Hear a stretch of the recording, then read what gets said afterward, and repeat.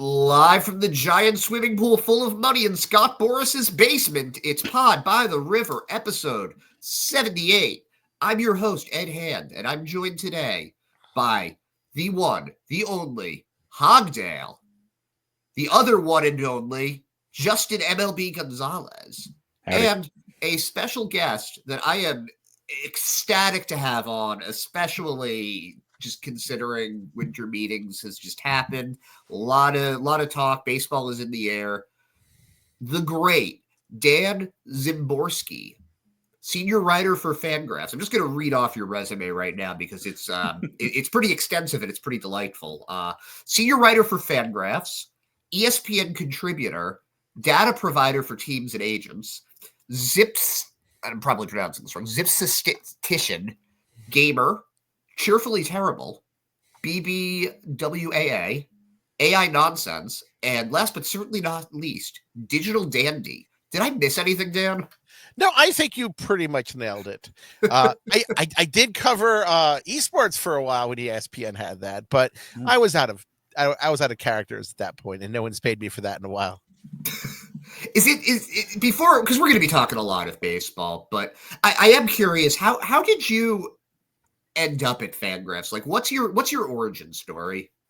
Well, I guess I'm one of those kind of old school internet baseball guys of the 90s. Back in those days, we had something called Usenet back then, news groups, which nobody remembers now because they all became porn exchange places about 20 years ago. And it was kind of the 90s college equivalent of I guess, Twitter or that kind of thing. It sounds like the precursor to Tumblr if it turned to porn. Yeah, that's not a bad comparison. Tumblr works too, and it was mostly a lot of the people who got in the sabermetric community early were kind of on there. Vorish McCracken and Sean Foreman, a Baseball Reference, and most of the Baseball Prospectus guys came from Usenet. That's kind of where I broke my teeth, and I was still one of the young people in the industry at that point, along with Dave Cameron, who I think I'm a year older than. He was also a teenager hanging out with all these people on Usenet. So one thing led to another. Moneyball came out, the acceleration towards using analytics, which was happening in baseball, but it got a lot faster after Moneyball. So then those of us in the community, we suddenly became employable. And then one thing led to another, and people were giving me money for things. I never really expected that to happen. But, if someone's giving you money for something you like to do, you should probably keep doing it. What were you doing before you were doing this stuff for money? Well, I was in college in the late 90s. I was a math econ guy. I was a day trader in the late 90s. After they kind of lifted the small order execution system that people could use. I wasn't like one of those quant guys who made a lot of money, but I did decently well. It left me some flexibility to spend time not getting paid for baseball analysis and to work on things that did eventually get me paid. So we had it was a slow shift, and I can't really complain too much. And did you grow up playing baseball, or did you grow up just kind of watching it? Oh, I played baseball as a kid. Hey, I was a travel team in Little League, but I kind of got out of it when I was 15, 16. I had a 72-mile-per-hour fastball, which did not get any faster. And even for, a high school kid, that's not very good. I was a slop tosser, a sidearm pitcher with a palm ball. That's how I got batters out. I was not a prospect at any point ever. But you see, I went to a high school in Maryland because I'm from Baltimore. And then to make the baseball team, you just had to show up to make the baseball team because they selected, it was the same with football. If you showed up to play football, you could play football. It was because lacrosse was so big and all the best athletes went to lacrosse and they were selective. But I kind of drifted away from that as a teenager because it was clear that baseball was a big chunk of my time and I wasn't that good at it compared to, other kids my age. So very barely a player, we'll just say. Did you grow up an Orioles fan? Yeah, I grew up an Orioles fan. So I lived in Baltimore the first 25 years of my life. So I was raised on those. I I was 5 in 1983, so I don't have specific baseball game memories of them. My baseball memory starts more like 85, 86. Not necessarily the best time to adopt the Orioles, but hey, what do you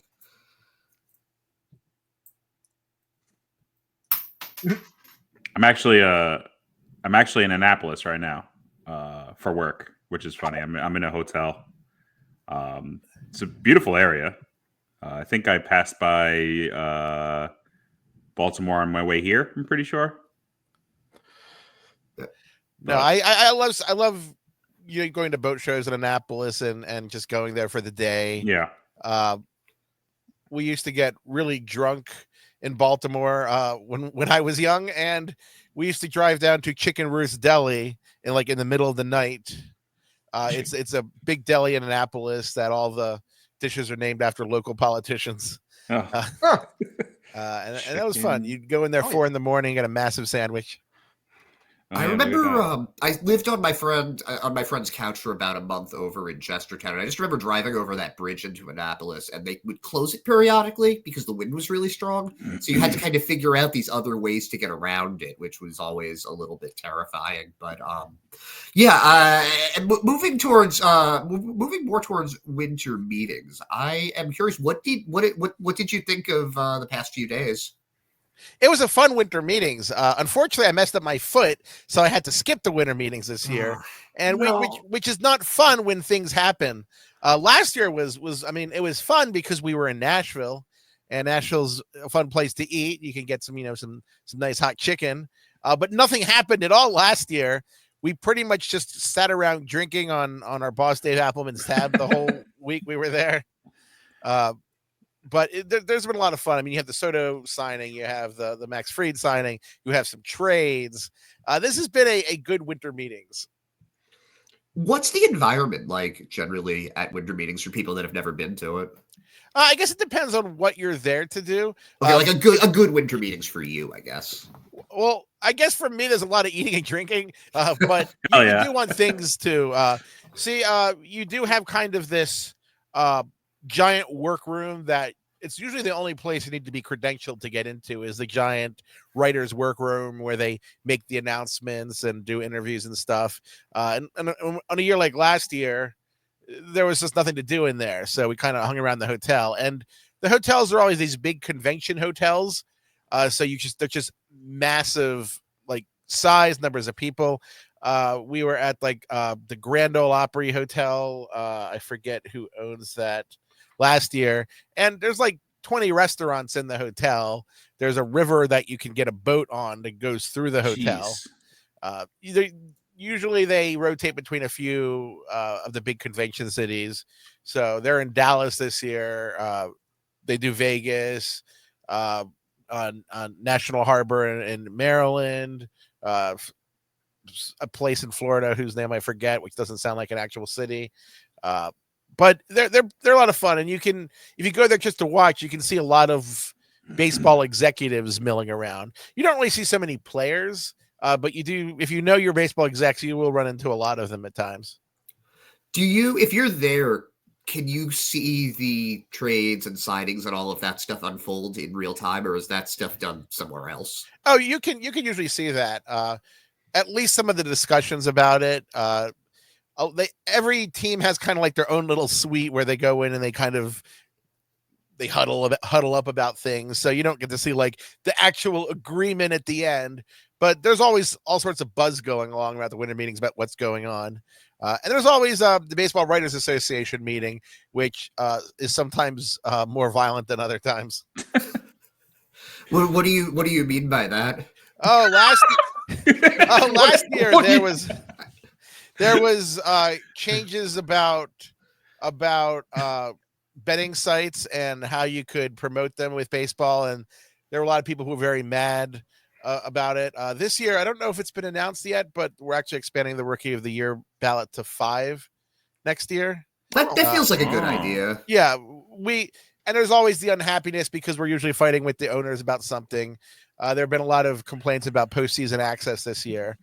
Because the thing about a Baseball Writers Association card, is it's negotiated as part of an agreement with MLB and MLBPA. The rules are actually part of the collective bargain agreement between MLB and MLBPA, and BBWWA card holders have certain like credentialed rights they get, but teams are always kind of pushing back about what they agreed to, trying to deny as much talking as they can get away with. And there were a lot of people who were pretty mad because there was some access issues in the postseason this year.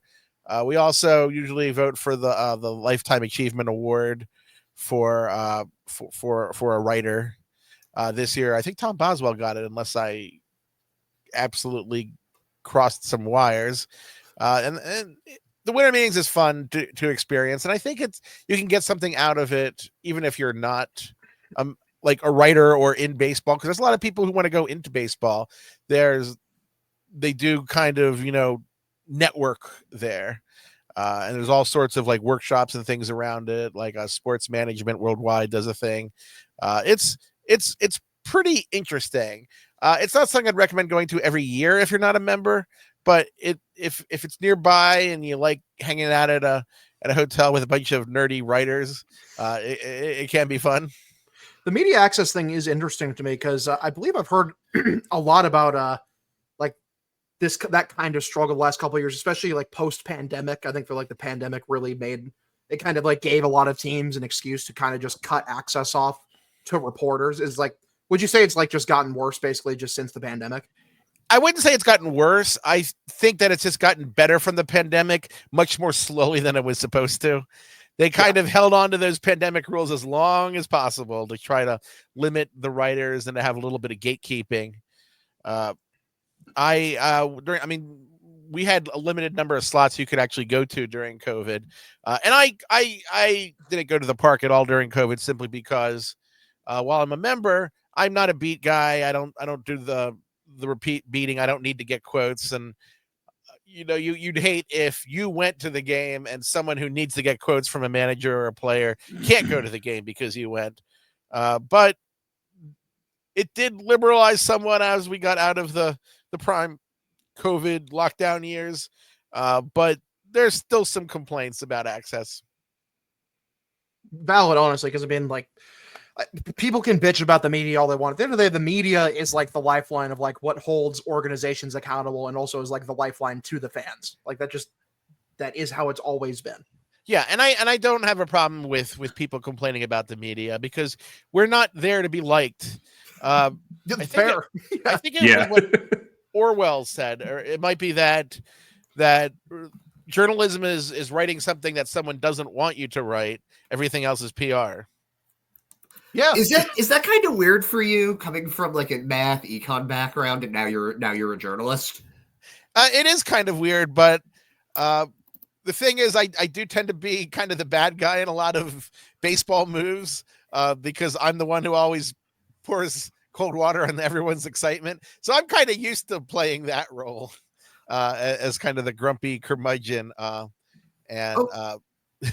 Okay, so why don't we take you up on that right now then? Let's talk about this is first and foremost a Red Sox show. The Red Sox we were talking about this before you came on, probably the biggest trade since they traded for Chris Sale. And that was Garrett Crochet coming to the Red Sox in exchange for number 4 prospect Kyle Teal, number 5 prospect Brandon Montgomery, number 8 prospect Chase Mydroth, and I believe this is Sox prospects rankings that I'm using, by the way. I believe number 19 prospect Wickelman Gonzalez. What was your reaction when you saw that? I was actually surprised that they got away without giving anyone up that they absolutely must hang on to, because the White Sox were asking for quite a bit, especially last season. They pretty much wanted like the top tier of anyone's farm system, but the Red Sox did it without giving up Mayer, without giving up Anthony, without giving up Campbell. And you have to like it when you succeed in doing that. Sometimes the Red Sox and their, let's just say, lack of movement at the deadline and investment has sometimes bothered me, but this is a good move. And it's not like Fenway's not like the old days. It's not a big hitters park for left or right-handed hitters anymore. Like people still remember, from the 40s through the 80s. And I think Crochet's going to do really well there. Yeah, we've had the conversation about Crochet for a while because I mean the rumors of him being traded have been going on forever, and I was very much off put by the not willing to accept a trade if he wasn't going to be able to start, if he wasn't going to get an extension right away. What do you see for Crochet in Boston? How do you project him out? Because I changed on this. I read the Ron Chandler write up for him this year, and it basically was potential Cy Young winner. So I was a little bit like, oh, okay, like that seems like a guy that you want to have on your team. Well, he has to be obviously in the mix. I don't think there's one clear guy in the AL you say that guy is going to absolutely be the best. I know Zips had him about 3.5 to 4 wins, but kind of a low innings total simply because of his history, both as not being a starter, injuries. I mean, he doesn't have a record of pitching 180 innings day in day out or year in year out. So I wouldn't be quite as confident with his innings total as I would be with, say, Corbin Burns. But he's a phenomenally talented pitcher. He was kind of in a bad position last year and with the most inept franchise in baseball these days. Yeah. I mean, I'm hard on the Rockies, but the White Sox are worse run these days than the Rockies are or even the Marlins are. I'm not sure I'm necessarily a fan of that trade from the White Sox standpoint. I think I would have wanted to get someone who's unequivocally like a top 30 prospect, even if it was mainly that guy. But for the Red Sox standpoint, I'm actually not complaining about that. I think it was a good move. Since I'm an Orioles fan, it's a little irksome. I'd prefer the Red Sox to not compete, especially because the Orioles have not replaced Corbin Burns. It seemed like you almost got your wish yesterday, because yesterday the mood was completely different. I mean, we were going into the week thinking that it was just going to be same old Red Sox, no competition. And I believe yesterday there were reports about the Orioles that were actually in on Crochet. And I was like, that makes sense. They have the capital to still get it done, even though most of their big names have pretty much either graduated or they've shipped off a couple of names. But yeah, it's been a complete flip between yesterday and today. And I think there's a good chance that the Red Sox will be really serious about extending him. I know that after Betts, I mean, people are a little worried about how things will go in this department. But even if they didn't give up like the ultimate top prospects in the organization, I think they are going to want to keep Crochet around, and they could have a long-term deal pretty quickly, I think. I mean, although I don't know anything specific going on. Yeah, I mean, we already know he wants, like, because of the demands he made literally last year, he wants security, like, young guy, injury prone for the early portion of his career. And to me, like, I don't know what we're doing if we don't extend him, like, before the season starts, because, like, you trade these pieces for this guy. Clearly Bailey believes in him. Breslow absolutely loves him. Give him the money now before, like, he goes out there, absolutely shoves, and all of a sudden he wants 35 mil a year. Yeah, and the fundamental question is, if the Red Sox didn't extend him, then who would they extend for, except for a very few hitters that develop in-house? Because this is still not, a 95-win team. He's not just someone to put them over the top. They are still going to want to make improvements from there. And you look at the payroll situation, and it's in a lot better situation than most of the large market franchises. I think that they're still well under 200 million, including the benefits. I'm not positive because I don't have it in front of me. I thought they were like around 175, 180 million somewhere. Yeah, they still have like about 50 million in luxury tax credits before the first CBT threshold. Yep. And they haven't been spending aggressively, so it would be really hard to make a trade for Crochet. Just let him walk in a couple years. Were you surprised by the inclusion of Kyle Teal? I wasn't. I think it's he was probably I guess obviously it depends on how you rate the prospects, but I think that the White Sox do want, they did want a catcher. They did want someone who could develop. He does, draw a good amount of walks. He's a disciplined hitter. I think he's a good guy for the White Sox to get. Not sure if the organization will screw him up, but that's the adventure of the White Sox. We'll see. It's an interesting use of the word adventure. I think it's a nice word. It's mean without being explicitly mean. Yeah. An ongoing conversation we have on this show is about the Red Sox catching situation. I think I would rather Hogdale sum this up for me because he always gets he gets a little more intense about it. But what's our conversation here, Hogdale? I mean, the conversation just is, and it has been for like about 2 years now, is that the catching situation just is flatly not good enough. It's bad. It's terrible. The guys they have can't frame. Connor Wong's situation can't frame and can't block. He's Swiss cheese behind the plate. It's not great. It's worse because like I do streams like for the Sox games, like so I watch like every Sox game. So like I picked up all the nuances of just how genuinely dog shit the catching situation was. How important do you think the blocking and framing is for a catcher versus a good offensive catcher? Because Wong can hit. For a catcher, he's put up some pretty good numbers. But how much is it more important to have a catcher that can actually block and frame and throw guys out and all of those things, or would you rather the guy just be able to rake? I think it depends on like kind of what tier catcher it is. If you have someone who is an elite offensive performer at catcher, then you can kind of just get by with whatever he does as long as it's not absolutely just atrocious. The Royals have been doing that for a long time with Sal Perez. I think one of the things the Red Sox probably are thinking is that they do have Connor Wong under contract, and there are a number of interesting-ish part-time catchers out there in free agency. Obviously, some of them are already off the market. Danny Jansen signed with the Rays. Jacob Stallings with the Rockies. Kyle Higashioka with the Rangers. Gary Sanchez with the Orioles. But there's still guys like Elias Diaz, Carson Kelly, James McCann, who's not bad when you're not giving him a 4-year contract for no reason. You know, McGuire, Tucker Barnhart, Reese? maybe.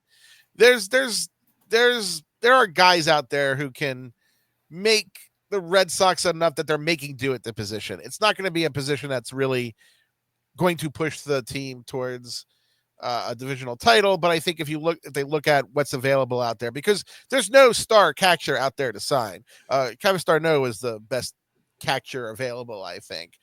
So under those lines, you think, okay, are we going to trade our prospects for a catcher to make Connor Wong more of the backup, or are we going to get kind of one of the best pitchers truly available in the trade market? And I think that they made probably the right decision there. We'll see what happens. I don't think that there's necessarily a long-term, this is the guy who's going to be the catcher in 2026. The catcher in 2026 might not even be on the roster right now. So moving off of the Red Sox, the national story was Juan Soto. What did you think of that whole storyline? The dramatic announcement at the very beginning, the record-breaking deal. Like, what did you think of what the Mets ended up doing? Well, he was always going to get paid. I think that was always kind of taken, and I think people were shocked by the numbers involved. But as I always tell people, I mean, the age is a huge deal. There's a big difference between getting Juan Soto at age 26 than getting Juan Soto at age 30. I projected him if he were 30 instead of 26. And in the projection, the valuation was some $400 million different between him as a 30-year-old and him as a 26-year-old, simply because every year younger you're getting a free agent, you're knopping off 1 year kind of when they're done, when they're 37. Obviously, Soto's contract is very long at 15 years, but I think they're thinking, the next 10, 12 years as his prime. I don't think they're really counting on him to be a top player at 41. I think when you compare it to Betts, people say, but so much more than Mookie Betts. But Mookie Betts never really hit free agency. He did this in all the uncertainty of the revenue streams in COVID. And so he wasn't going to get paid. I think if he had hit free agency normally in a normal environment, he probably would have gotten, $450, $500 million from someone.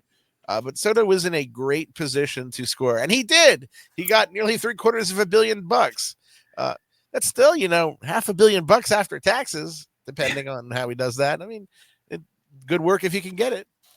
Were you surprised that they got outbid, that the Yankees were outbid? 20 years ago, I would have been, but the Yankees don't have that spend whatever to bring the guy in attitude that they once did. George isn't there anymore. They're just not the team that throws money across the way they used to. Now they still spend a lot of money. I mean, they just gave Max Fried $218 million, but I don't think they're the shock and awe franchise anymore. I think the Dodgers are more of that team when they want to be. The Mets and Steve Cohen, who is much wealthier than Steinbrenner is. That's the team that can do that. So I'm not surprised. The Yankees have not been a super bully in free agency for a while. Dan, I have a question. We've seen contracts in baseball go as high as, high 300s, peaking into 400 million. Aaron Judge got, close to that. And then it just seemed like baseball sort of skipped the numbers in between, and then all of a sudden almost reached pretty. I mean, we could comfortably call the Soto deal 800 million, because looking at the opt out situation, it just doesn't make much sense for him to even exercise it if the Mets are just going to exercise the void to opt it out. So it's pretty much going to be almost 800. Where does this end? I mean, is there a player that is going to get $1 billion? Like, do they put a hard cap on these things? Like, what is your stance on that?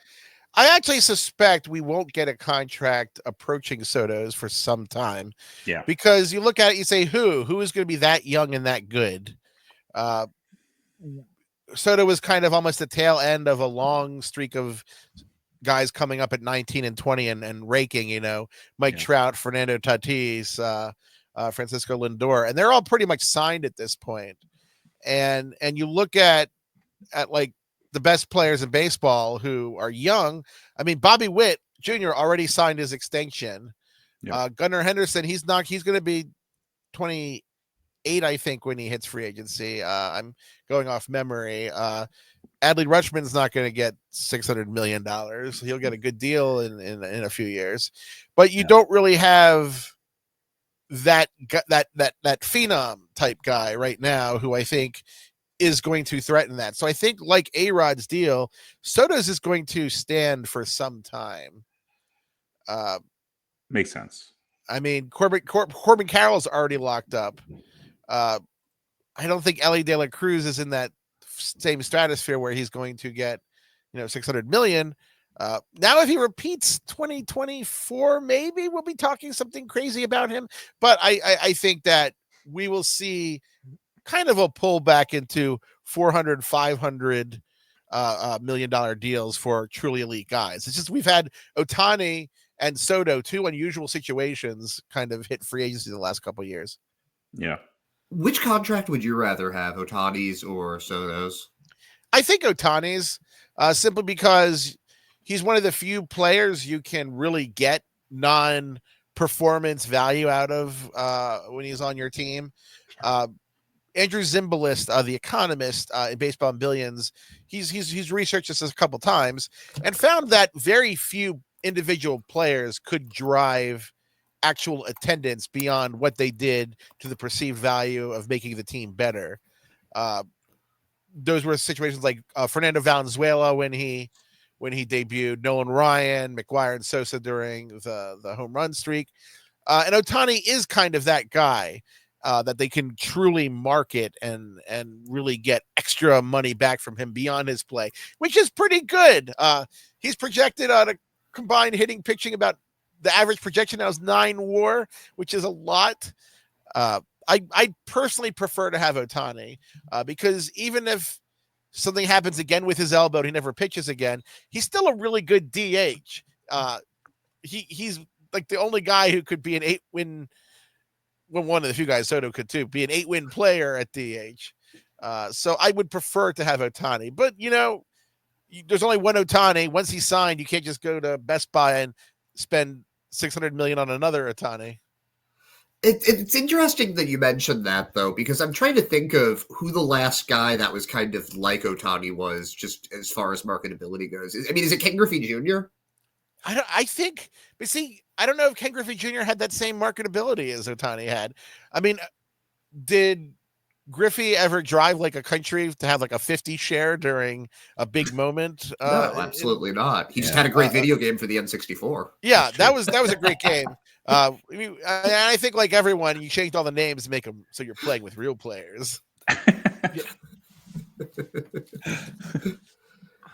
Yeah, that's a good point. It really, you'd have to pick someone that is so internationally beloved. Because I mean, Ken Griffey Jr. did it for America in the Olympics, I believe. I'm pretty sure he did. Ohtani is just as big, but did it for Japan instead. I mean, we know. I mean, I agree. I don't think there's been anybody as marketable as that for. I mean, I can't think of anybody, to be honest. Babe Ruth. Oh, yeah, exactly. I mean, in terms of like, especially just like heightening, maybe not awareness, because like baseball's been big in Japan for a while now, but like just hitting like that next level in terms of marketability, like Fernando Mania, like in like for the Dodgers, like in like what the 80s, the 70s, 80s. That's like the only thing I can think of. And obviously, like Venezuela isn't as highly populated as Japan, which has so many people. That's true. Yeah. Now, going back to winter meetings real quick, what did you think of the Max Fried signing? Do you think that the Yankees were overreacting and overpaid, or do you think that was a good move? Well, the Zips projections aren't super into the contract. I like it better than that. I'm not sure I like it $218 million much. I mean, Fried is very good, but I don't know if he necessarily has the same upside as Blake Snell does or Corbin Burns does. I think if I had to choose a pitcher to give $218 million to, I don't think that I would choose Fried out of all of them. But I think he fits the Yankees well. They needed another arm. Obviously, their biggest problem is replacing Soto, but they still needed an arm. The rotation was only middle of the pack last year. There are some injury concerns on a number of their pitchers. I think that it was important for them to get an extra arm to stabilize it, because you don't want to go into a season counting on Stroman to be healthy and good, and Nestor Cortez to be healthy, and so on and so forth. Would you have taken, like, if you could pick the three from the three that you mentioned, which one would you take? I think I would have taken Burns personally. I think he's probably the most consistent pitcher. He has the deepest repertoire of them. So I think that if he loses a little velocity or a little hit and miss, I think he's going to be the best to adjust to that. So possibly there's some bias because he was an Oriole for the last year. But I've always been a fan of Burns, and I think that he's, in a way, he's like Cole in that he's probably one of the safer pitchers. Obviously, Cole only threw like 95 innings last year, but when Cole's healthy, you can generally count on him to be one of the best pitchers in baseball. And I think Burns is kind of in that class.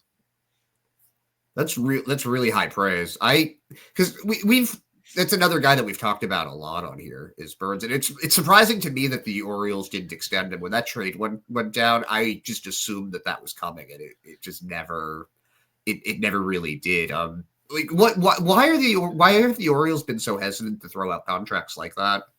Well, I think one of the problems you had in the last year was you still had the transition in ownership from the Angelos era to the new, hopefully spending money more area. Now, I don't necessarily think that the Orioles are going to be a big spending team by any chance, but I think David Rubenstein is going to spend more than the Angelos kids did. But it wasn't a great situation to, a new ownership suddenly giving out a $200 million. We'll wait and see what they do. I mean, they have made some useful additions, but I'm still waiting for them to get a pitcher. I'm very happy that like they are fixing that fucking crime against humanity wall in left field, dude. Thank God. God. I hate that in MLB The Show because you get all these. I don't know if you guys play MLB The Show. Yeah, I do.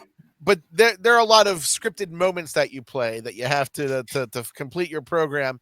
And you'll always end up with like a right-handed hitter in Camden Yards, and you'll never hit anything out there. It seems sometimes I've cursed. I'll hit something like 102 miles per hour, 35 degrees. I'm like, yeah, that's gone. Oh God, we're in Camden. That's not well, like, because it's insane. Because that wall only exists because like they got like hyper bullied by Gleyber Torres one year, and they're like, you know what? Enough is enough. We're moving the wall back, boys.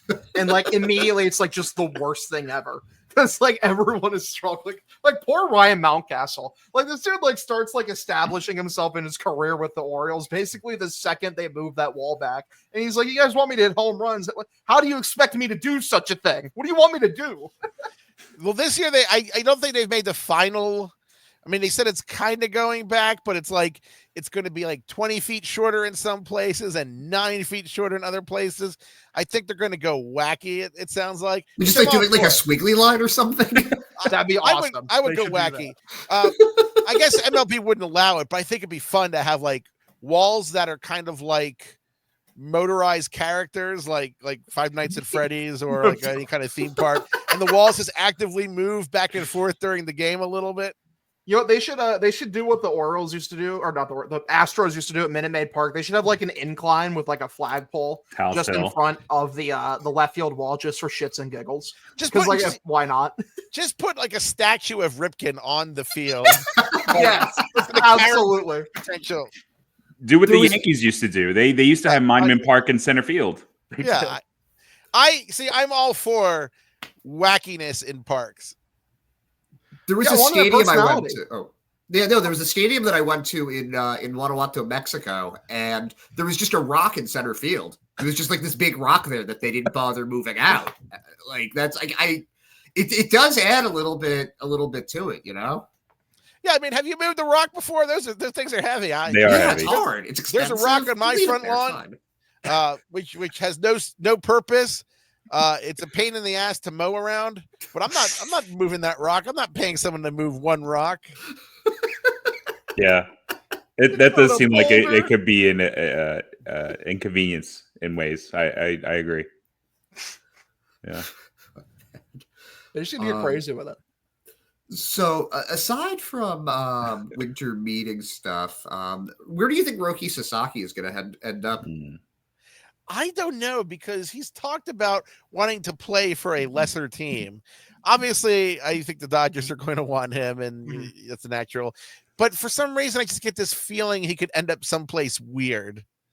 I have zero actual connection that anything like it would happen, but I could totally see him like ending up with something crazy, like with the Reds.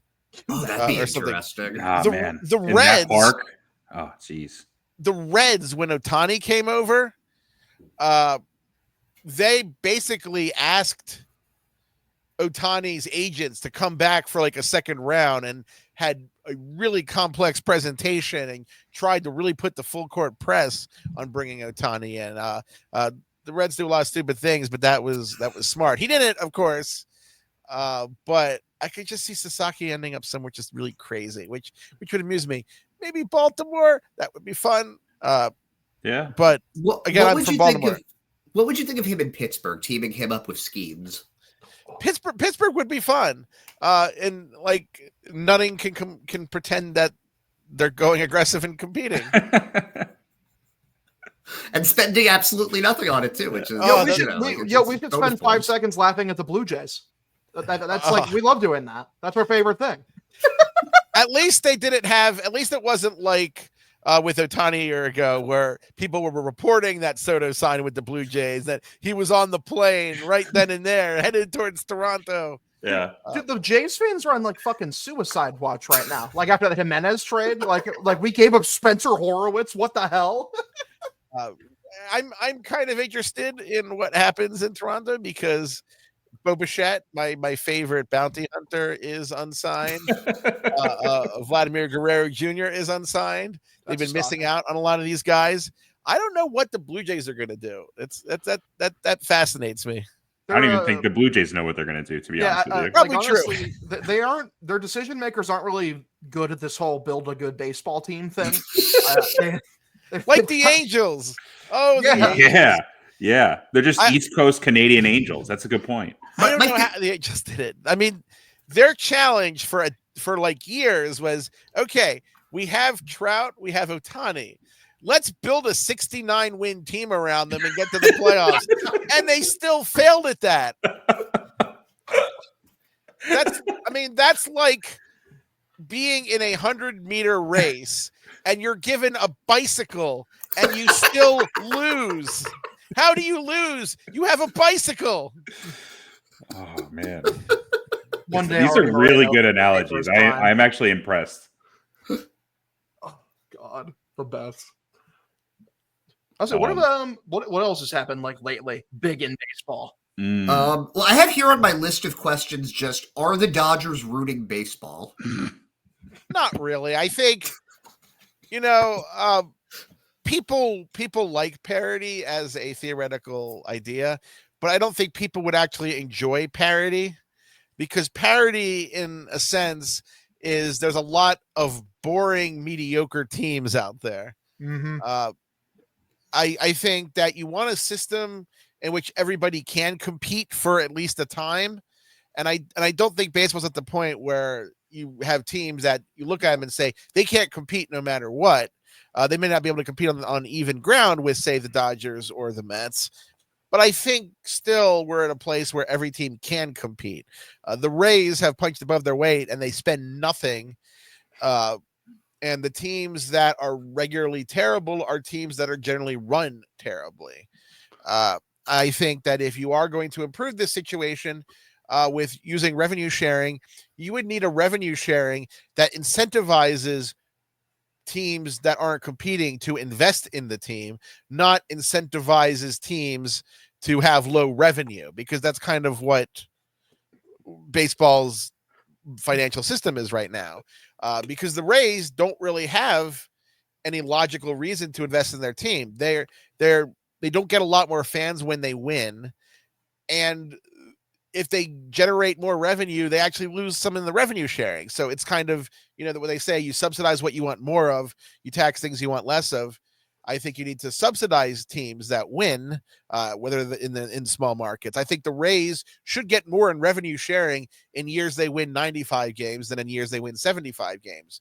But baseball doesn't want to do that, because the more you incentivize a team winning, the more expensive each win costs in free agency and the more payroll costs. So there are ways, I think, to fix some of the problems in baseball.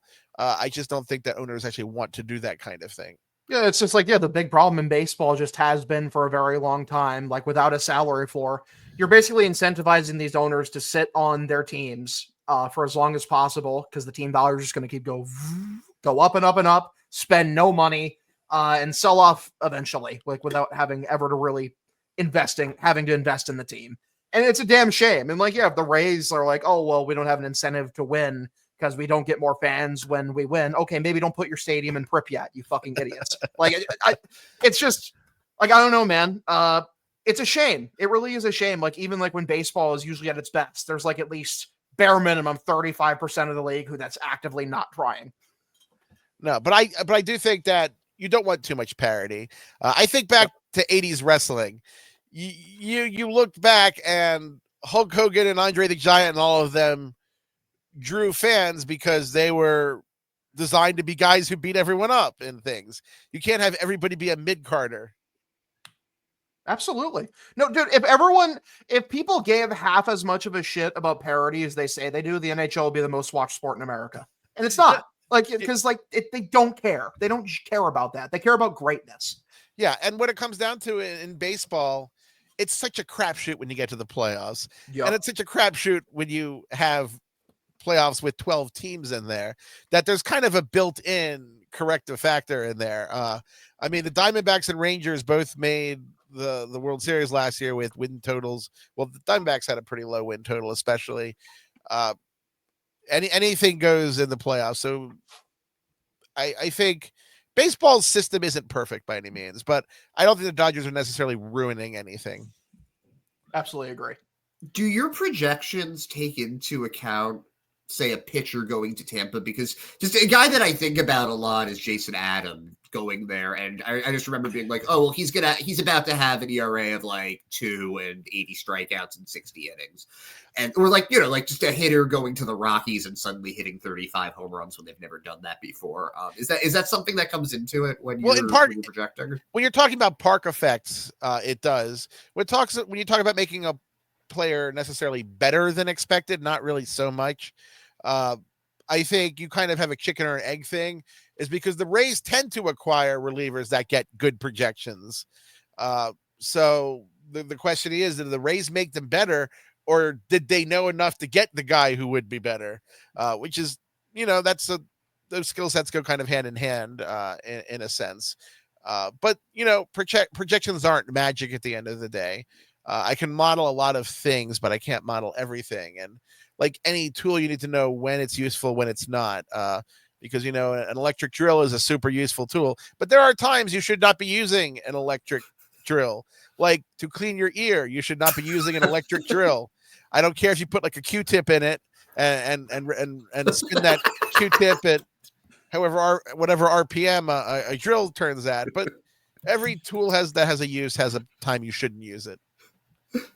Do you have any projections that you've made that you're especially proud of? Shane Bieber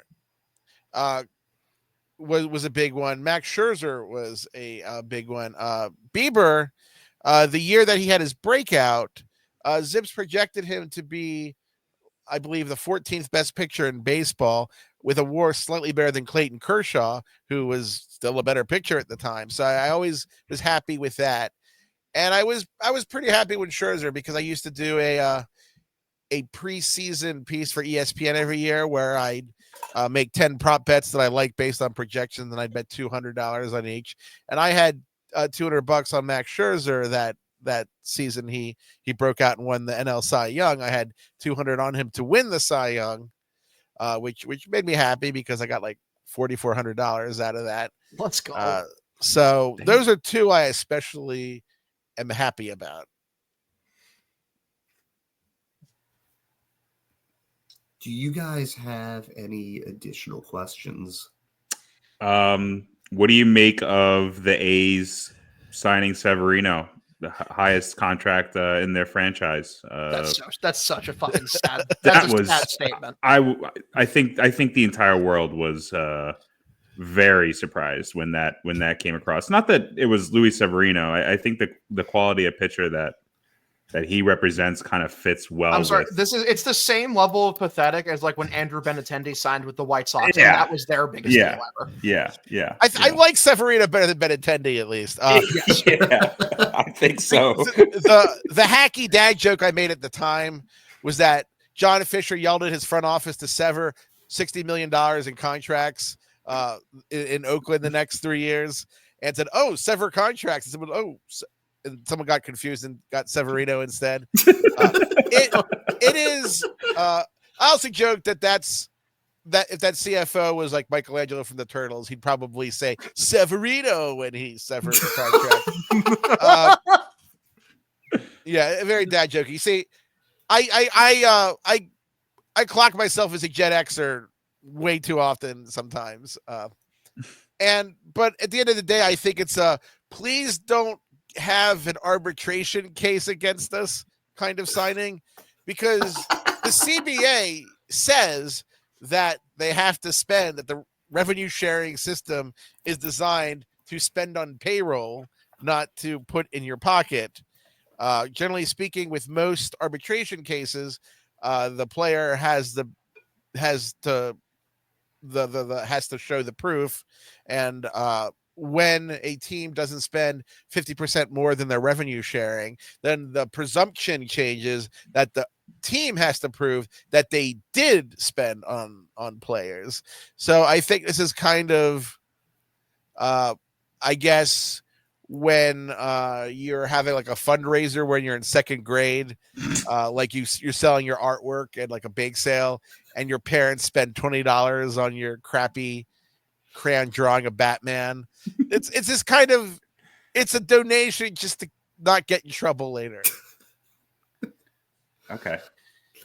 It's a good way to put it. That's a good way to put it. Have you noticed? I don't know how much you're on Twitter or Blue Sky or whatever, but have you noticed the amount of inaccurate reporting on player rumors, that sort of thing? Have you noticed an increase in that in recent years? I don't think it increased, but there's always been a lot of inaccuracy, especially the year that someone fooled everyone by kind of making their Rosenthal account for Ken Rosenthal and breaking some things. And of course, Jim Bowden and Ralph, for those of you who remember Ralph saying things, and it was actually Jim Bowden's burner account, but that's a whole other thing. I think the thing is that people in baseball, they don't tell the truth to you as a reporter. So you'll hear a lot of things and you kind of have to evaluate whether it's true or not.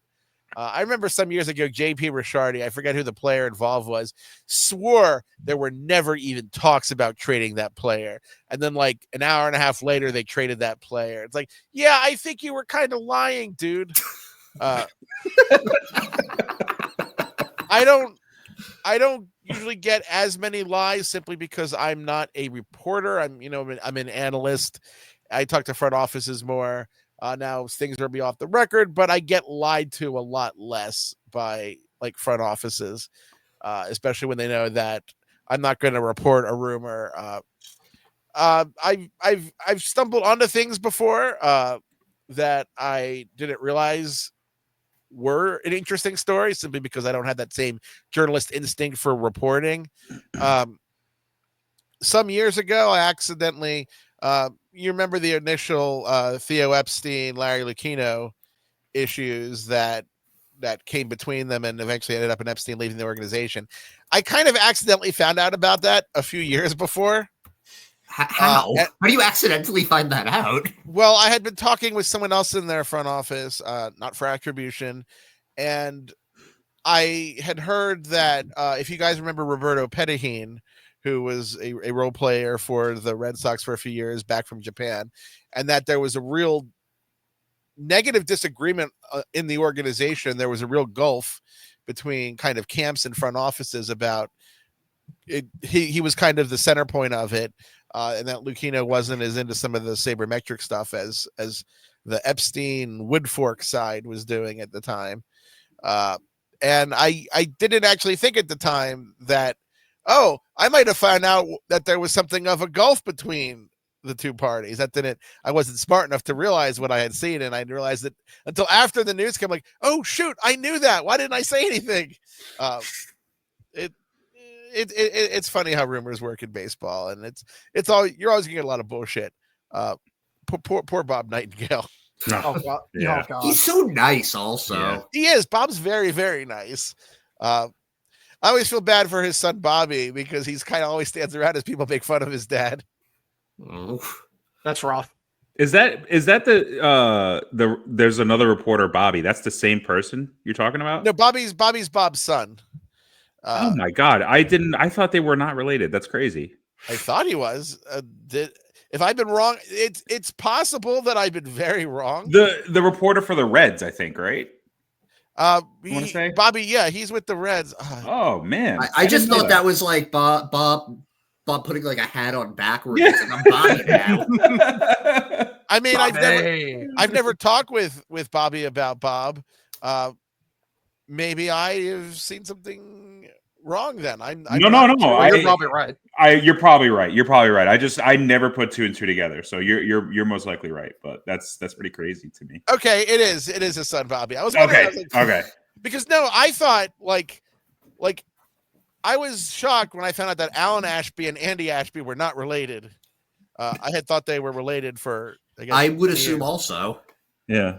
I just had assumed that for all these years. Yeah, generally speaking, you think people with the same name are related unless they look very different or from drastically different areas. I also was surprised that Jared Sandberg, I don't know if you guys remember him, he was kind of a role player for the Rays for a few years.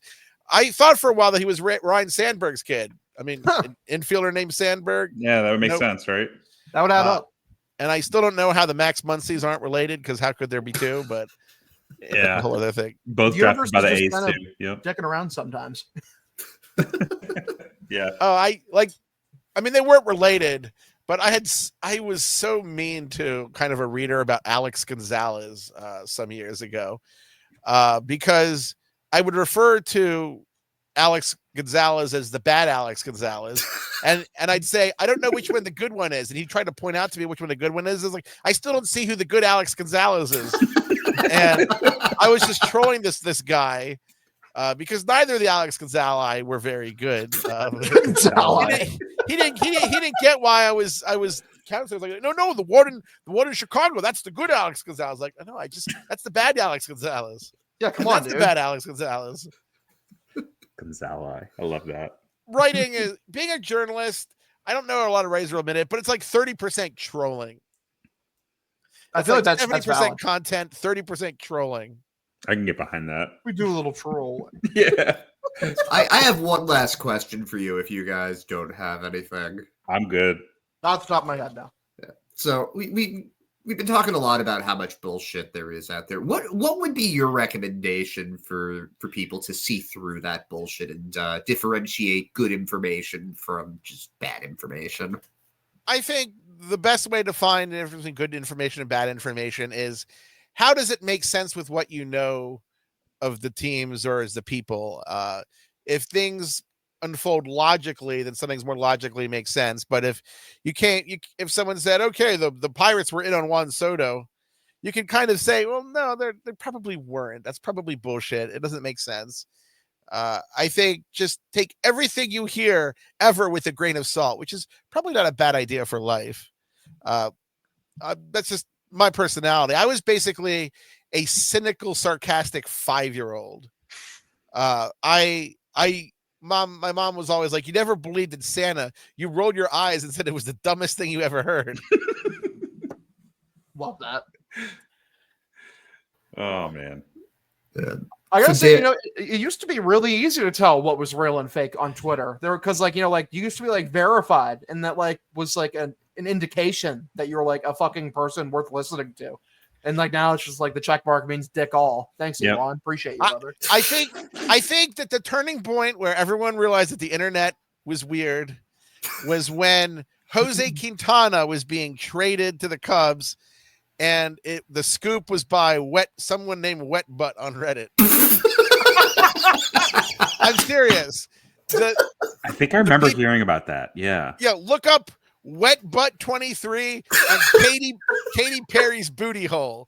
Those were the two people who actually Okay, that was a username. Reddit. Yeah, Okay. username. I hope that wasn't their real names. Like, okay, my parents were Steve and Mary Hole. My name's Katy Perry's booty. It's a family name. Yeah, I see the Deadspin article about that. Like, how is this real life? And even media could get fooled. Do you guys remember the whole Sarah Phillips thing? That was when ESPN had sort of hired for their Page 2 gambling site a fake person named Sarah Phillips who was conning people out of their intellectual property. Oh, that's great. Deadspin did a huge expose on that. And I remember I think it was like 2012. Look up Sarah Phillips. The story, Deadspin did a lot of work. It's fascinating. But after that all came out, the uppers at ESPN pretty much had everybody who did stuff for the company fly in to Bristol, from Hartford to make sure they existed. And that was pretty much how it was told. My editor at the time, a fellow named Brandon Roberts, said, yeah, we're all flying into the headquarters. The uppers want to make sure everyone exists. Understandable. Yeah.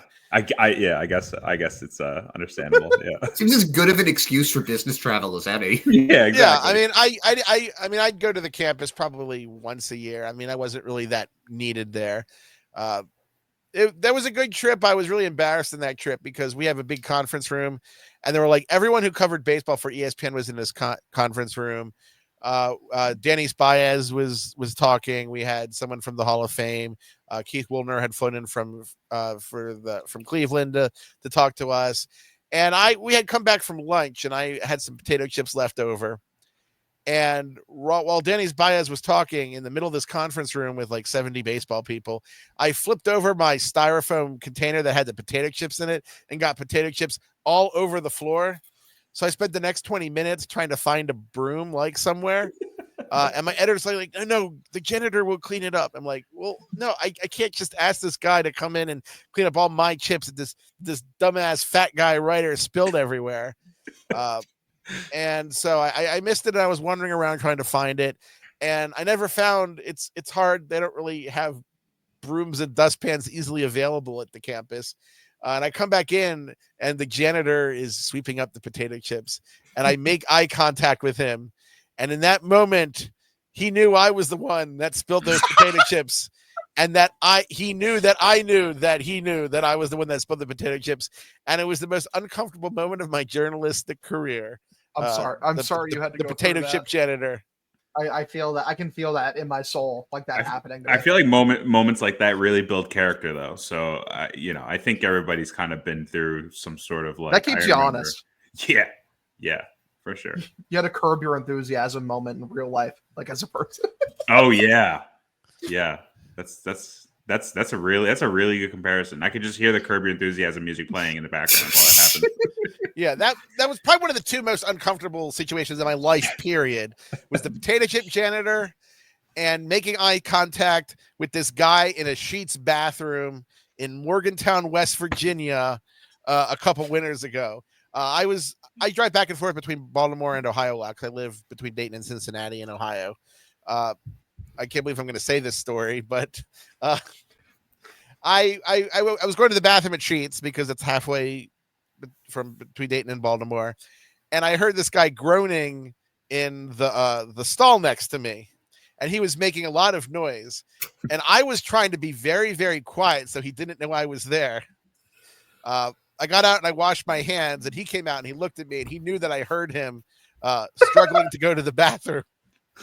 So those are my two uncomfortable moments. I've had, sad moments and stuff like my dad, he was an alcoholic that came back from Vietnam and killed himself, essentially drinking for 25 years. But there was never anything awkward as potato chip janitor man at ESPN headquarters and the guy in the bathroom next to me at Sheetz in like 2021.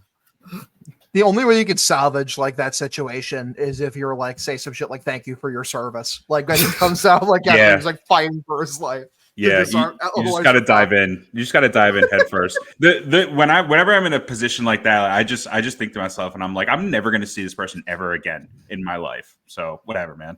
It is what it is. The ESPN thing, the problem with that is because the people there knew me. Yeah. And I'm just imagining the janitor every day seeing you and just shaking his head. Yeah. I'm sorry. I tried to clean it up. I couldn't find a broom. Now the ESPN headquarters is a lot of fun. I don't know if you ever saw the commercials they used to have for Sports Center with them finding all these different weird rooms. Yeah. Oh, I went to summer camp really close to it in Bristol. But the headquarters are like that. There's all these weird rooms that have like nothing in them or like secret hallways. Like the college football game day set has like, they always have the helmets of the two college teams playing. When I was there one time, there's a room there that just has all the helmets for all the college and NFL teams. And there was a guy in there who it seemed like his job was simply to wax all the helmets. He was just the helmet waxing man. That sounds kind of dirty when I describe it in that way, the helmet waxing man. They have love that guy. One of the buildings has two conference rooms. The larger one's called Biggie. The second one's called Smalls. It's a very weird campus. And there's so many interns, but they have a really good cafeteria. That's important. Yeah. Oh my God. Dan, you have been so generous with your time. We really appreciate it. Is there anything, any thoughts you want to leave us with? Where can people find you if they want to read more, just follow you in general? People can find me at fangraphs.com all the time. They are my employer, so that's generally where I write things for since they give me money. You can also find me at D Szymborski on Twitter and on Blue Sky, but you can just search for my name and the magic Google man will fix it for you and you can find me. That's pretty much it. I'm not really a plug guy. I mean, really, just the biggest plug is like, if people are using like reference war around you, you're going to beat them to death with a hammer. Yeah. It's F4 in this household only.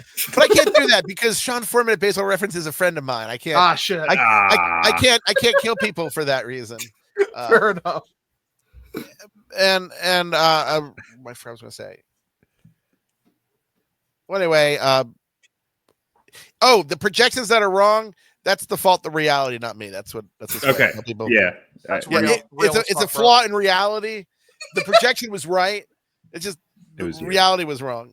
The multiverse, spat out the wrong, outcome. Yeah, it happens. That makes sense. Well, you heard it here first. He's Dan Szymborski, and it's not him that's wrong. It's reality. We'll be back next time. Thank you again so much for joining us. This was an absolute pleasure. Thank you, Dan. Thanks for having me, guys. Anytime. Yeah, you're the man. Love you.